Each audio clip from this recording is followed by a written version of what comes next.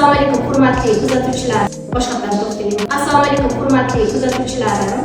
NS Medical Clinicamiz, ya'ni ayollar markazini doimiy kuzatayotgan va doimiy davolanib kelayotgan hurmatli ayollarimizni.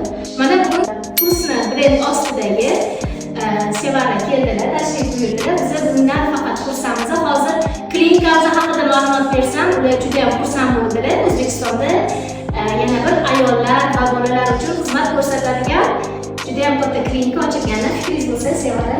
To'g'risam, hozir yo'lda mana xo'jayinni olib kelib tashladilar.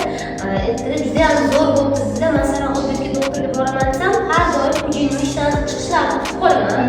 Sababi endi o'sha joyga borganingizda ko'pincha ayol erkak kishi hamma joyda aralashib, ko'pincha bu erlarimizga yoqmaydi.